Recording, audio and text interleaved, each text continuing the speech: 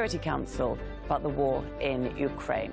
Let's go live there now and tune in for the Russian Foreign Minister, Sergei Lavrov. Minister of Foreign Affairs of the Russian Federation. Thank you, Madam President, Excellency colleagues. As I understand it, today's meeting was motivated by the intention of several delegations to discuss the topic of impunity in Ukraine. I think this is very timely, because this is precisely this term, impunity, reflects what has been going on in that country since 2014. The national radical forces, open Russophobes and neo-Nazis, came to power then as a result of an armed coup with direct support of Western countries. And right after that, they took the path of lawlessness and totally ignoring main rights and freedoms: the right to life, right of expression, right of access to information, right of conscience, the right to use a native language. And to date, the crimes on the Maidan in February 2014 remain unpunished. Those who perpetrated the horrific tragedy in Odessa on the 2nd of May of 2014 have not been found or punished. At the time, at the House of Labor Unions, dozens were burned alive and died.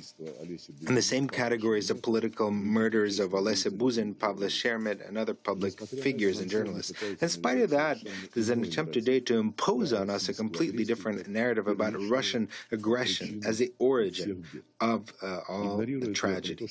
This ignores the fact that for over 8 years, the Ukrainian army and fighters from the nationalist formations killed and continue to kill inhabitants of Donbas with impunity simply because they refused to recognize the result of the coup d'etat in Kiev.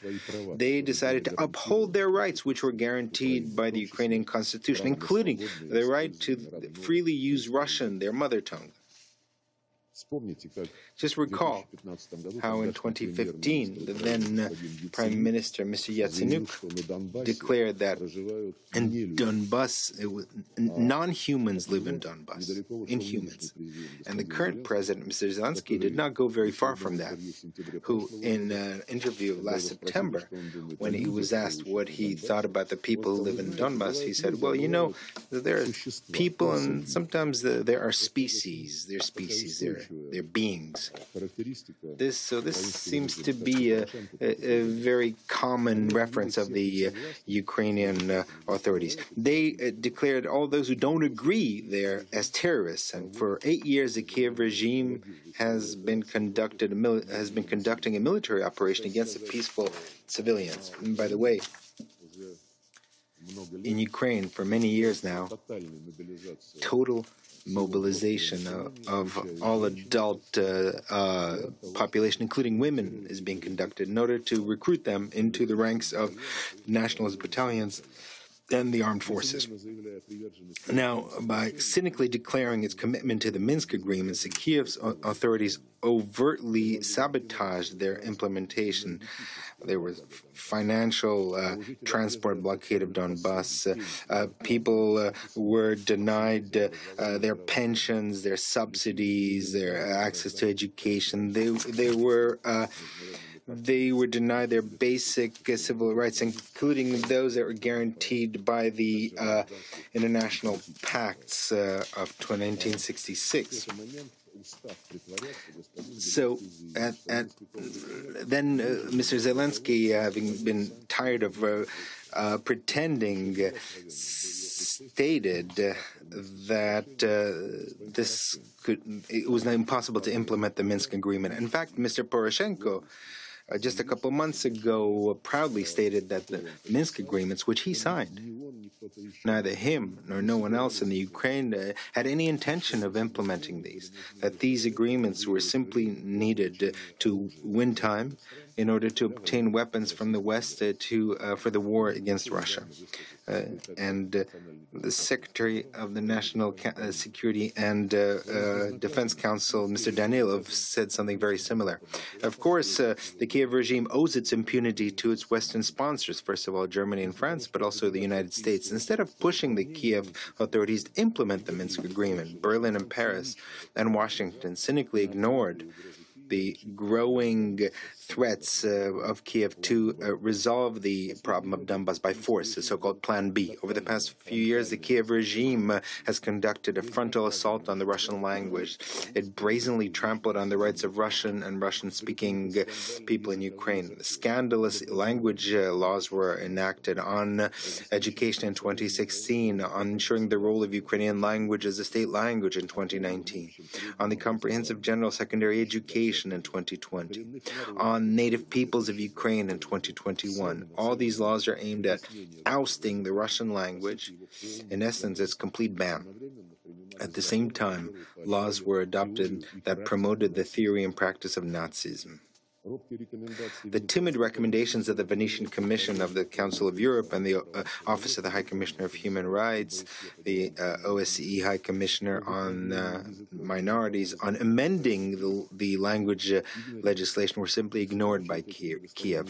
And these multilateral structures at the same time didn't find the courage, or they were not allowed, to convince the Kiev authorities to fulfill their obligations they undertook in the area of human rights. The Ministry of Education of Ukraine has excluded Russian and Russian literature from the school curriculum.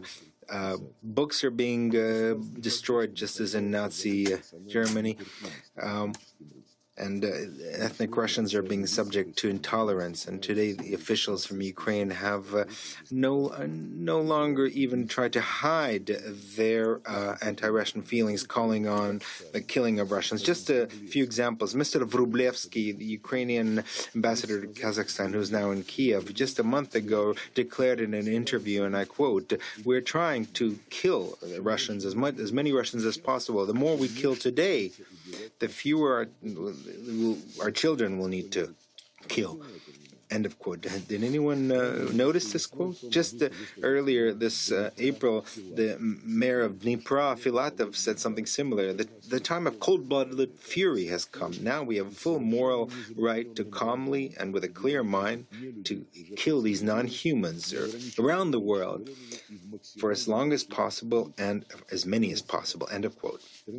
On the 13th of September of this year, just recently, Mr. Danilov stated, and I quote, "In towns where the Ukrainian armed forces enter, people will undergo Ukrainization without taking into account their views. This will apply not only to Russians, but representatives of other nationalities.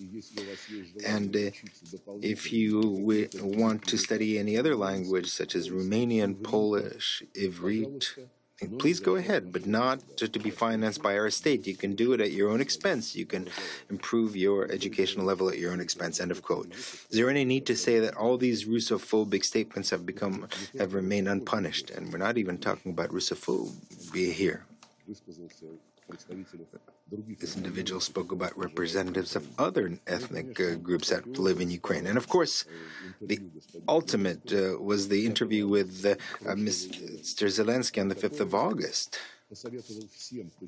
who suggested to everyone who feels that they're Russian for the good of their children and grandchildren to get the hell out and to go to Russia. And I think the decisions that have been adopted by a whole range of regions of Ukraine about conducting referendums are the result of his advice. And under the guise of combating Russian aggression and separatism, Ukraine is strengthening its persecution of dissidents. In March, a ban on the activity of 11 political parties under the pretext of their links to Russia. Opposition Russian language television channels have been closed for any attempt to provide an alternative view to the official view. Journalists are persecuted. Madame Berezhnaya, a well-known public official who has often spoken at the UN and the OBSE, is in the prison of the security services. We have no doubt that Ukraine has become a completely totalitarian Nazi-like state where the norms of international humanitarian law are trampled on. There's no surprise that the armed forces and the national battalions are using the tactic of terrorists, using peaceful civilians as human shield And here, what's particularly cynical is the position of states that are pumping Ukraine full of weapons and training their soldiers. The goal is obvious. They're clearly stating it, to drag out the fighting as long as possible in spite of the victims and destruction in order to wear down and weaken Russia. That policy means the direct involvement of the West in the conflict and makes them a party to the conflict. Intentional fomenting of this conflict by the collective West remains unpunished. Of course, you won't punish yourselves, sir. We have no illusions that today the armed forces of Russia and the militias of Lugansk and Donetsk are being opposed not only by the neo-Nazi formations of the Kiev regime, but the military machine of the collective West. And in real time, the regime of real time, using modern systems of weapons, ships, satellites, drones, NATO is providing intelligence to the Ukrainian armed forces and stating that, convincing them that Russia should be defeated on the field of battle. The official representatives of the European Union have stated this, and Russia should be punished by having any sovereignty stripped from it. This isn't even latent racism, but overt racism. Against the backdrop of mass shelling of towns and cities of Donbass, Mr. Zelensky is overjoyed at the effectiveness of Western weapons. Here is a quote: "At last we feel how powerfully Western artillery has begun to operate. The weapons that we've received from our Western partners, its accuracy is exactly what we need," he cynically stated. At the same time, there were no military or strategic targets located in the towns that were shelled. Only peaceful citizens of Donbass are suffering. Since the end of July, the armed forces are lobbing mortar rounds to the center of Donetsk and its environs that are banned. They're lobbing banned anti-personnel rounds called lobe or blade. This violates a convention in 1997 on the ban on anti-personnel mines ratified by Ukraine, as well as the second protocol of the Geneva Convention on Conventional Weapons. Such outrages remain unpunished because the United States and their allies, with the connivance of international human rights institutes, have been covering up the crimes of the Kiev regime based on the policy of Zelensky might be a bastard, but he's our bastard. The inconvenient truth that darkens the image of Ukraine as the victim of Russian aggression is carefully hushed up and sometimes deleted. Even Western human rights organization Amnesty International, which is difficult to accuse of sympathies to Russia, has been severely criticized and called an agent of the Kremlin, simply because in its report it's confirmed facts about the fact that Kiev places heavy weapons at civilian facilities. Also, the criminal shelling of the Zaporozhye nuclear power plant remain unpunished, even though from the 1st of September, representatives of the IAEA have been present there, and it's not very difficult to establish who's guilty for the shelling. And I just want to recall that the visit of the IAEA mission to this power plant was artificially delayed, even though already on the 3rd of June all details were agreed, and the mission could have gone to the power plant already. And then it was a very unpleasant situation where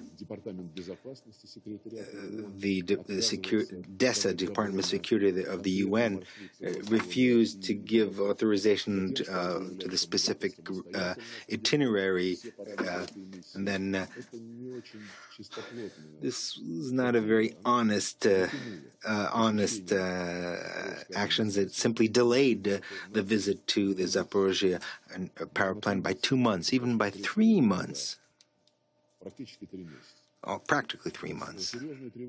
We're very also concerned about the fate of Russian soldiers who were taken prisoners. There are very many examples of torture, including violation of international humanitarian law. I'm sure that all those who are interested in what actually happened saw a video of the torture atrocities by Ukrainian neo-Nazis against Russian soldiers who were thrown to the ground with their hands tied and were shot in the head. Did anyone here comment on this the crime at all? We have many witnesses of these criminal activities by the Kiev regime that have been happening since 2014. Russian law enforcement bodies cooperating with their colleagues from Donetsk and Luhansk republics are investigating these thoroughly. Over 220 individuals have been found to be complicit, including the high command of the Ukrainian armed forces, commanders of units who shelled the civilian population. Also, there were cases against mercenaries from citizens of UK, Canada, United States, Netherlands, etc. I can assure you that all perpetrators, independently of their nationality, will be held accountable. I also want to draw your attention to the following. When Russian and Ukrainian negotiators at the end of March practically reached an agreement on the parameters of an agreement proposed by Kiev, just a couple of days later, the tragedy in Bucha occurred. The fact that it was staged leaves no doubt in anyone's mind. And I want to draw your attention, colleagues, that Western colleagues, right after that staged event, immediately cried outrage and introduced a new package of sanctions, spuriously accusing us of killing innocent civilians. Since then, when that propaganda operation was conducted, no one has mentioned Bucha other than us. And once again, in the presence of the Secretary General and ministers, I would address you and say, please demand the Ukrainian authorities to make a simple step, take a simple step to publish information about those individuals whose bodies were shown in Bucha. I've been asking this for the past month. Secretary General, please use your authority for this. It would be very useful to get to the bottom of this episode. And of course, we also noticed the increased activity of international justice with regard to Ukraine. There's supposedly efforts to investigate crimes committed in Ukraine that are ascribed to Russian authorities. All this is simply a very propaganda operation. I just want to recall that neither the coup d'etat in 2014 or the tragedy in Odessa or the shelling of Donetsk or any other crimes have led to any reaction from the International Criminal Court. And by the way, this International Criminal Court, there were some 3,000 references sent to the International Criminal Court against crimes committed against the inhabitants of ICC. There has been no reaction. And it seems that the ICC has now received instructions to step up its activity. We have no confidence in the work of this body. For the past 8 months, we were waiting for steps to be taken against impunity in Ukraine, and we don't expect anything more from this institution or a whole range of other international institutions. Everything I've said today simply confirms that the decision to conduct the special military operation was inevitable. We have said this more than once. We have provided a huge number of facts which show how Ukraine prepared to play the role of anti-Russia as a staging ground to create threats against Russian security, and I can assure you that we will never accept this. Thank you very much.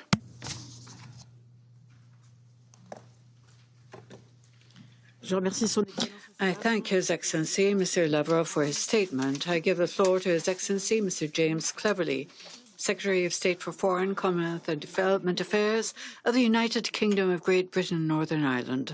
Madam President, Mr.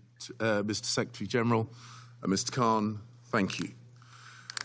77 years ago, UN members agreed solemn principles in the UN Charter, vital for international peace and security. They undertook to refrain from the threat or the use of force against the territorial integrity or the political independence of any state. Yet, 7 months ago, President Putin invaded Ukraine illegally and without justification. He ignored the resounding pleas for peace that I heard in this Council on the 17th of February. Since then, Ukrainians' spirit of defense and defiance in the protection of their country continues to inspire free peoples and nations. Every day, the devastating consequences of Russia's invasion become more clear. UN agencies have confirmed more than 14,000 civilian casualties so far, and the actual total is likely to be much higher. More than 17 million Ukrainians in humanitarian need, 7 million displaced within Ukraine, and more than 7 million Ukrainian refugees in Europe. We see the mounting evidence of Russian atrocities against civilians, including indiscriminate shelling and targeted attacks on over 200 medical facilities and 40 educational institutions, and horrific acts of sexual violence. We see from the reports of the Office of the High Commissioner for Human Rights that in parts of Ukraine currently under Russian control, civilians are subject to torture, arbitrary detention, and forced deportation to Russia. And we have seen more grisly discoveries in Izium. And it's not just Ukrainians who are the victims. President Putin's war has spread hardship and food insecurity across the globe, plunging millions of the world's most vulnerable into hunger and famine. And once again, as we've seen here today, Russia has sought to deny responsibility. It has tried to lay the blame on those who have rightly imposed sanctions on President Putin's regime in response to his illegal actions. Let us be clear, we are not sanctioning food. It is Russia's actions that are preventing food and fertilizer getting to developing countries. It is Russia's tactics and bombs that are to blame for destroying Ukraine's farms, infrastructure, and delaying its exports. I sat here in February, listening to the Russian representative assuring this Council that Russia had no intention of invading its neighbour. We now know that was a lie. And today, I have listened to further instalments of Russia's catalogues of distortions, dishonesty, and disinformation. He has left the chamber. I'm not surprised. I don't think Mr. Lavrov wants to hear the collective condemnation of this Council. But we saw through him then, and we saw through him again today. We have information which means that we know that Russia is about to hold sham referenda on sovereign Ukrainian territory with no basis in law, under the threat of violence, after mass displacements of people in areas that voted overwhelmingly for Ukrainian independence. We know what Vladimir Putin is doing. He is planning to fabricate the outcome of those referenda. He is planning to use that to annex sovereign Ukrainian territory. And he is planning to use it as a further pretext to escalate his aggression. That is what he plans to do. And we call on all countries to reject this charade and to refuse to recognise any results. We are used to seeing Russian lies and distortions. But let us listen to the testimony of Ukrainians who tell us the truth, who tell us the reality of President Putin's war. Dr. Olena Yuzvak, her husband, Oleg, and their 22-year-old son, Dmitry, were abducted by Russian forces from their home in Hostomel, near Bucha, in March. Russian soldiers shot Oleg twice in the legs before they were all blindfolded and bundled into an armoured personnel carrier. And I want you to hear Olena's story in her own words, and I quote, "First, they took us to a bombed-out house. The Russian soldiers kept saying they were going to kill us. My husband was left for hours lying on the floor in the pool of his blood. I don't know why. We'd done nothing wrong. Then they took my son away from us. I don't know where. I don't know if we'll ever see him again. I just want my boy back." End of quote.